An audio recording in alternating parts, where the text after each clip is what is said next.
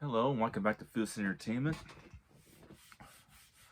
for the next episode of the Dune Chronicles. Sorry about not making a video for a while. I needed a break. Now it's time to get back to work and wrap this event up. Which means I will actually be reviewing Children of Dune from 2003's second and third parts. Which is pretty fitting, considering the fact that the second part and the third part of this miniseries, Children of Dune, is the entire adaptation of the third novel, Children of Dune, which is what this is entitled after. And to make this easy to read the synopsis, instead of reading the back of this again, let's take a little deeper into the actual story of the third book by reading the plot synopsis of the third book, much like we did with the last episode of the Dune Chronicles, which of course is third book, Frank Herbert's Children of Dune.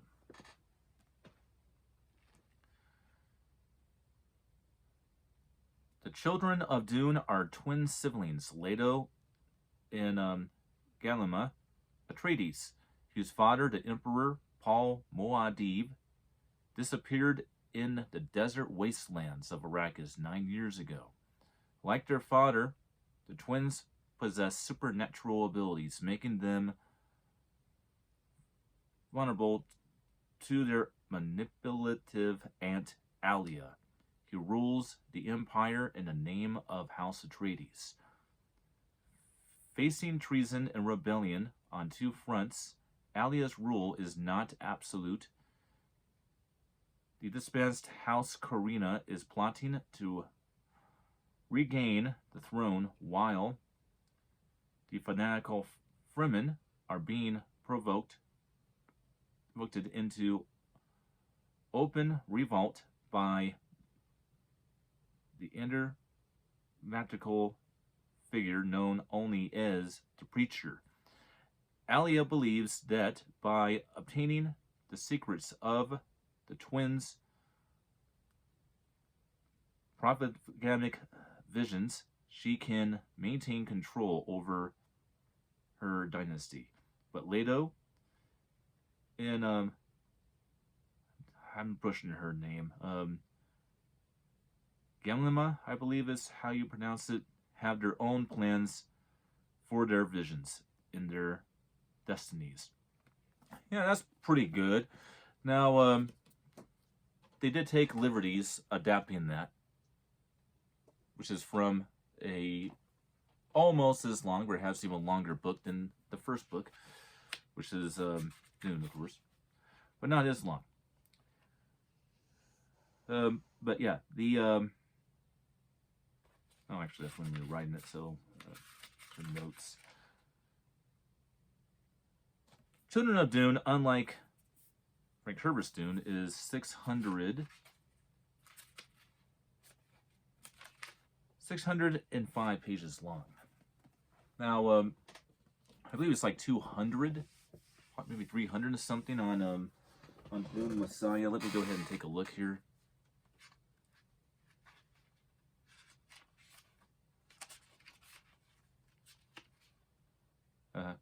Yeah, as I suspected. The shortest book in the franchise. Dune Messiah was 335, so 605 pages versus 335 pages. It's quite a difference.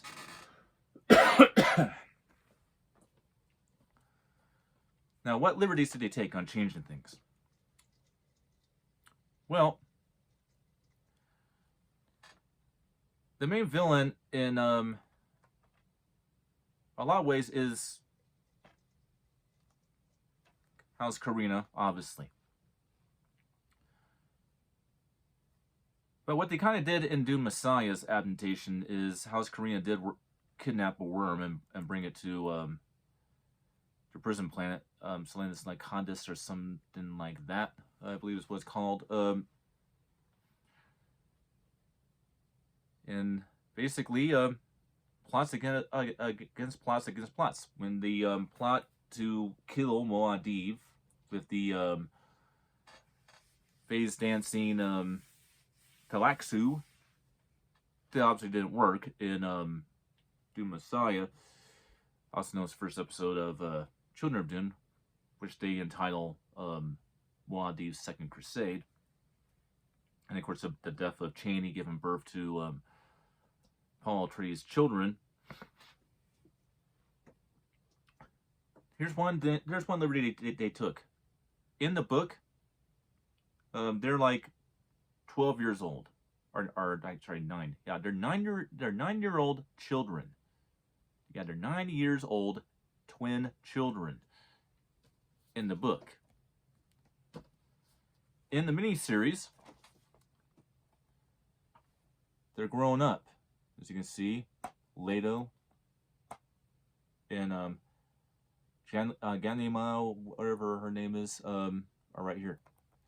I never recognize this face right here. There's a reason. James McAvoy, who we know from the X-Men films, and M. Night Shyamalan's Split and M. Night Shyamalan's Glass, as well as other films like Pride and Prejudice and Victor Frankenstein. His breakout role was playing Leto Atreides II in Frank Herbert's Children of Dune.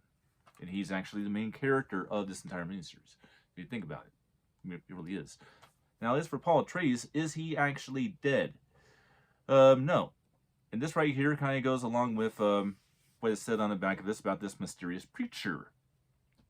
Well, the mysterious preacher in the book, as well as in the miniseries, is actually Paul Atreides. You see, he went into the desert, the deep desert, as a blind Fremen.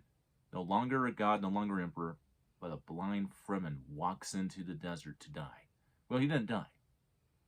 I would say more of a sense, the legend of Paul Atreides died. But he remained. And I suspect, a lot like the book, and I did a little bit of research on the book before doing this, which also took a little bit of time, because I'm not that familiar with Children of Dune, the book. A lot of the conversations with Leto II in Muad'Dib are actually very, very accurate from book to screen. It all goes down to this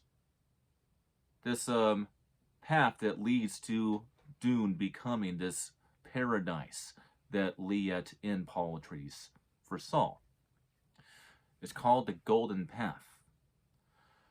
The reason why Paul never wanted to take this Golden Path is because it requires great sacrifice.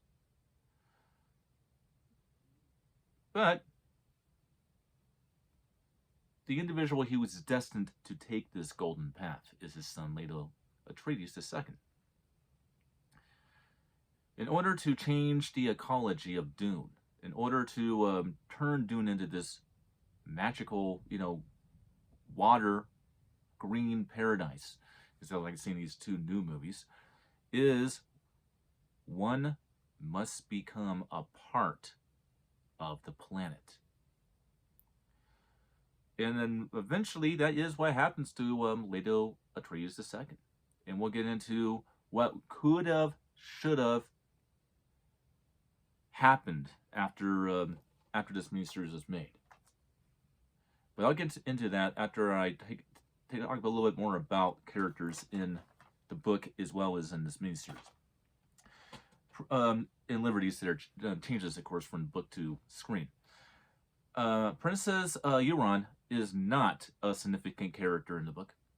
She's barely even there. She's just a character that's there, but really doesn't really do anything in the book Children of Dune.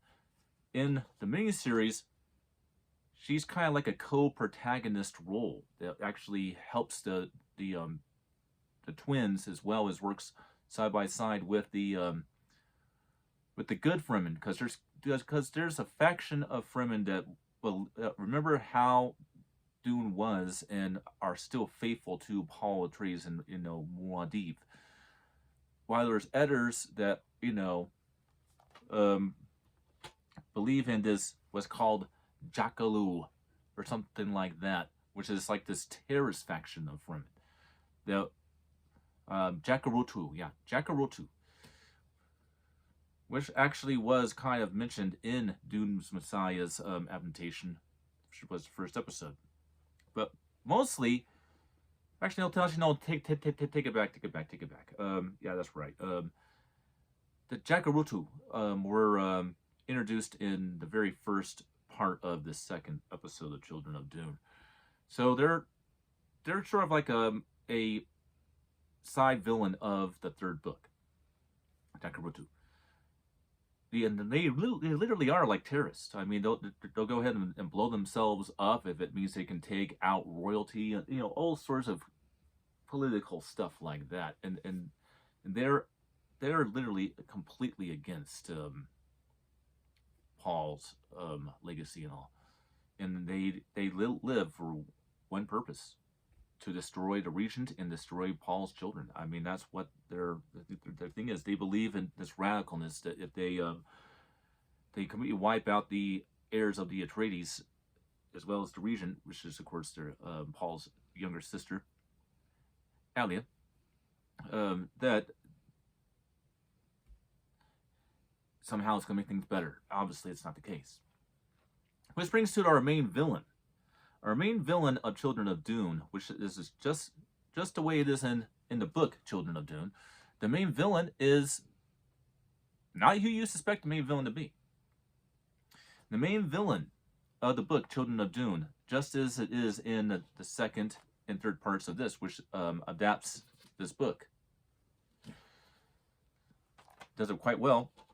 In every adaptation except for these new movies, the character of Alia, Paul's younger sister, except for these two new movies that came out in 2021 and 2024, the Bene Gesserit have a name for Alia.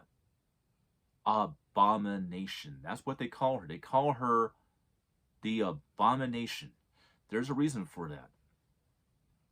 Because of, having all the memories of all the Reverend Mothers and all that stuff, she has this all these spirits that are trying to fight her for domination of her mind, so they can control her. And well, one of them happens to be the ghost of Vladimir Baron Harkonnen, and as it has been obviously talked about in every adaptation of Dune, except for the '84 film, in which I guess there's no need to go ahead and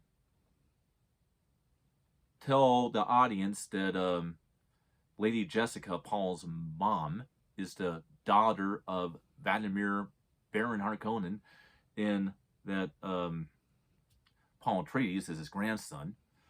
Well, that also makes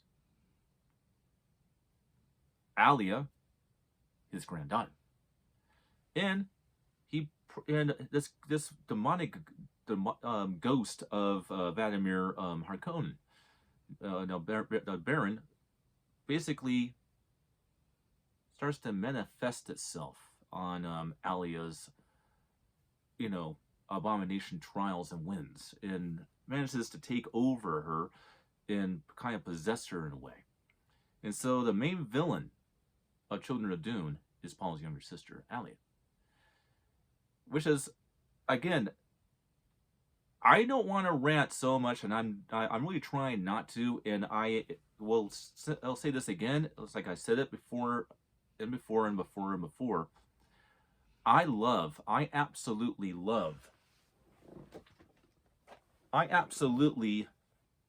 love these two movies. I love these films. These are great movies, and I'm looking forward to talking about what I love about these films. I love these movies. But some of the decisions that were made in these movies is it's really hard to understand why they were made.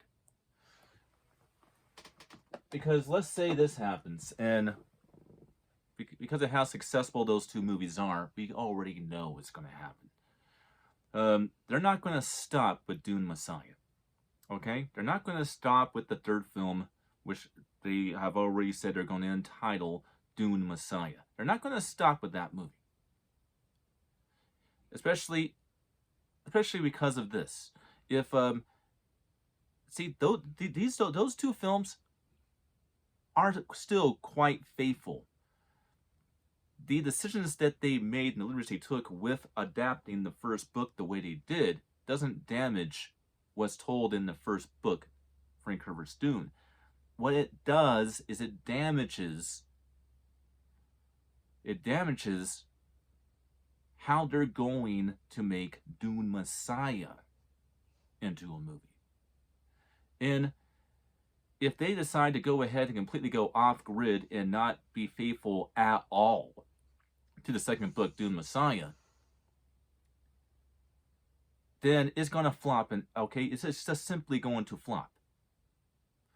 I cannot stress this enough.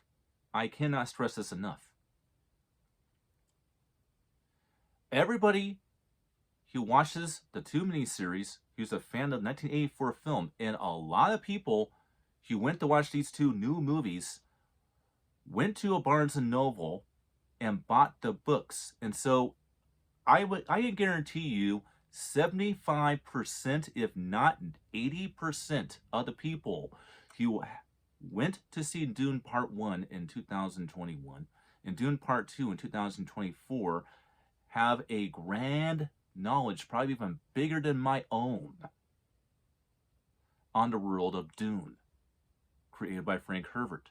And so if you go ahead and make a movie that barely is accurate to the second novel, so that you can go ahead and justify the liberties that you took with your first two movies adapting the first book, you're going to create a word called anarchy. Okay? Now I absolutely love the two new films. I think they're masterpieces. In my opinion, I have no problem saying this. I think they might be two of the best movies ever made. That's how good they are. But the decisions that they made could affect the future. Now, let's say that even with the liberties that were taken with those first two films, they go ahead and they manage to adapt Dune Messiah quite well. And it praises and pleases all the fans who have read the book, Dune Messiah, and understand the book. That movie will make more money and be even more popular than Dune Part 1 from 2021 and Dune Part 2 from 2024. And because of that, Warner Brothers will have no choice but to adapt Children of Dune. So, a lot of things have to be addressed and adapted correctly to the screen in the next film. So, like I said, I'm not worried about how well of an adaptation Dune Part 1 and Dune Part 2 are. I'm worried about the changes they made doing it and how it's going to affect the second time that we'll get Dune Messiah and possibly Children of Dune adapted in big Hollywood production films. I'm more worried about that. This brings us to the Golden Path. What exactly does the Golden Path have to do with changing the ecology of the planet? Well, I think that the dialogue exchanged with Leto Atreides II in Paul Atreides, which is now just known as a preacher, does it quite well. He's blind, and then Paul's all feeling his arms and around his neck right here, and feeling what he did, and he's like, what have you done to yourself? After saying in the Fremen language, this is no good, but it sounds very different because it's a foreign language, obviously. Because much like in the new movies, as a matter of fact, in every adaptation, Fremen do not speak English. They speak English, and they speak English really in the movies, in the TV series, and all that for the benefit of the audience. But their native language is not English. And then his son applies, I'm a desert creature. And then Paul applies, was there no other way? And then they just keep exchanging dialogue between each other. And the son tells him this had to be done to undo what you have done. I had to bring down your inner empire. I had to bring down what you've done to save the world, essentially. And obviously, in a desperate attempt to go ahead and preach one more time, in reuniting with Gurney Halleck, obviously, Paul Atreides meets his doom and gets stabbed to death and gets assassinated on the streets of Arrakeen. And his son takes his body out into the desert, and then obviously he returns to Arrakeen, to obviously the house, the great Empire house, and battles it on with his aunt. But what's cool though, and this really is what makes Dune so powerful, is the characters and the emotion and the struggle, the humanity. In the end, Alia's not taken out. Alia takes her own life, and that's after she finally gets freed from the hold that the Baron Vadmer Harkonnen has on her from beyond the grave. But ultimately, what we get is Leto Atreides II, by the end of the third book, has already gotten partway into his transformation into becoming literally a god. Literally becoming the God Emperor of Dune. And this is where I get a little upset with the Sci-Fi Channel. The Sci-Fi Channel could have, and probably were already thinking about, making another miniseries. And because although the book,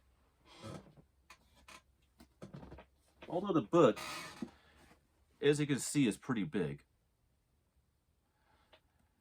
in a lot of ways, this book, the story's pretty simple from what I've heard from the reviews. I haven't read God Emperor, but from what I've read and heard in reviews, God Emperor of Dune is a pretty simple story that kind of gets continued in a lot of ways into this book, which is the fifth book, which is Heretics of Dune. So what I suspect probably would have happened is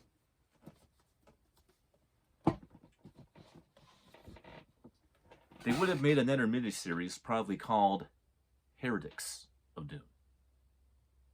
And Heretics of Dune would have told the story of God and Emperor of Dune in Heretics of Dune. But to give you a little bit of an idea of what could have been, and we're going on about 25 minutes now, but it's okay. Leto Atreides, the God Emperor of Dune, is... Oh, sorry, wrong book. Give me a second. Oh, I got that mixed up. There we go. All right. Millennia. Yeah, here we go. Millennia has passed on Arrakis, and the once desert planet is green with life. Leto Atreides, the son of the world's savior, the Emperor Paul Muad'Dib, is still alive but far from human. To preserve humanity's future, he sacrificed his own by merging with a sandworm. Granting him near immortality is God Emperor of Dune. For the past 3,500 years. Leto's rule is not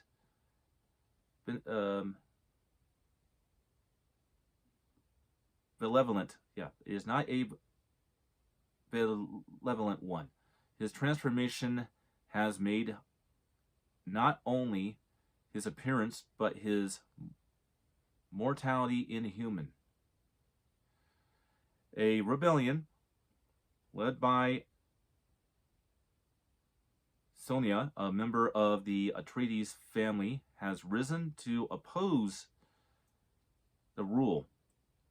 But Sonia is unaware that Leto's vision of a golden path for humanity requires her to fulfill a destiny she never wanted or could possibly conceive.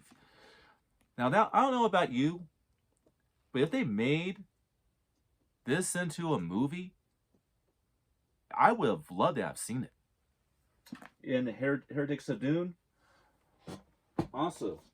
So,